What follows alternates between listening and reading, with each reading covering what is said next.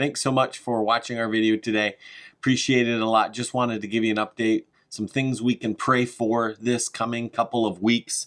One of the things is our students. I know I've been praying for our college students, as many of them are heading to college or have already arrived, and the preparation for that and the safety and different things that are happening for them.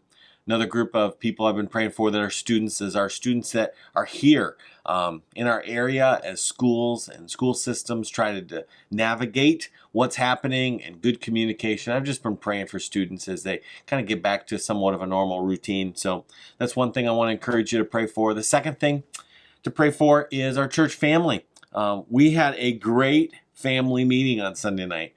It was great to see the group that came out. We had so much fun standing around outside in the grass, talking, interacting with one another under a shade tree. It was great. And just something, I can't say anything, but it was just awesome to be together and just interacting. So that's great. And we can rejoice. The several things that were on the ballot, all of them passed. And so we're grateful for that. Another thing I've been praying for is some of our missionaries.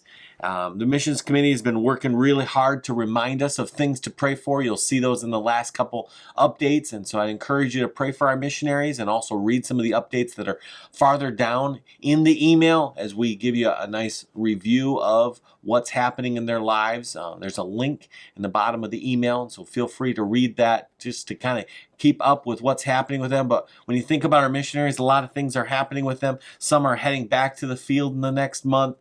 Some are starting to get into the travel and getting back into ministry. And it's just one of those things that we really want to encourage them. If you think of a missionary and pray for them, make sure you email them and send them a note to encourage them. We just want to be able to communicate and love and cherish our missionaries greatly.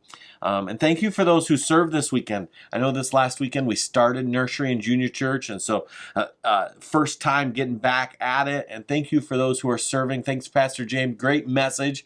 Appreciate that a lot.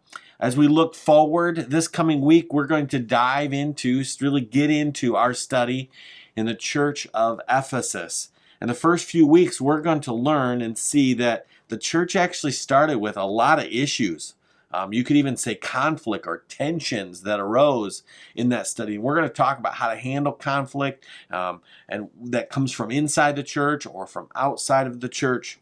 God teaches us so much in His Word about how to deal with tensions or conflicts. You think of Ephesians 4 and the rules of communication and the goals of a church. You think of James chapter 4 and how that a lot of times conflict or tensions come from our own hearts and the tensions that are there. You think of Matthew 18 and some of the process of restoring a brother. And there's many, many other passages that deal with this. Dealing with conflict, tension actually is part of our whole life. We actually go from conflict to conflict or tension to tension, it feels like sometimes. And so my prayer is that as we study this, as we think through this, that we remember that as Christians, we should look at tension and conflict in light of the gospel, in light of what Christ did for us. We are so blessed as a body of believers. We gather because of what Christ did for us. That's what unites us. And as we study conflict and tension, let's remember that what unites us actually is one of the motivators and one of the helps that oftentimes is in those passages of Scripture, because we are greatly forgiven. And because we're forgiven, we should easily forgive. I am so excited. Can't wait to have you join us this coming Sunday as we start that study in Acts chapter 18 and 19 is about where we're going to be.